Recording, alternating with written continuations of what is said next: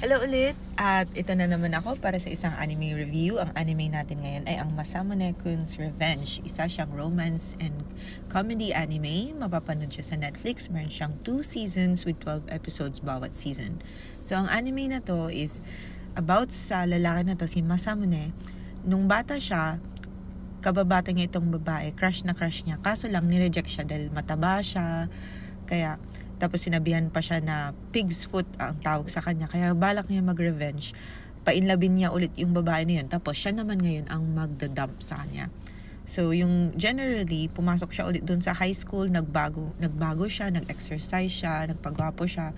Pati yung apelyado niya, pinalitan niya para lang hindi siya makilala.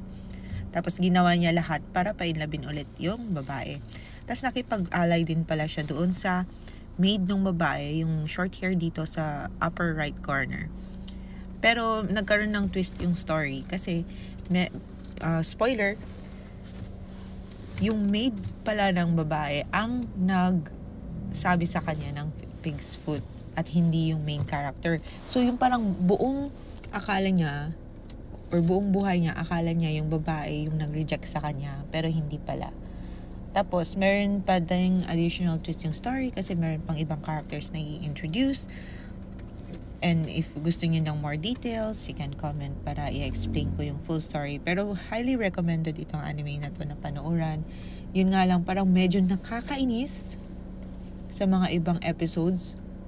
Yun din siguro yung dahilan kung bakit ka mahuhook. Pero, I recommend it kasi maganda naman yung ending. Happy ending naman siya. Ayun lang. Bye!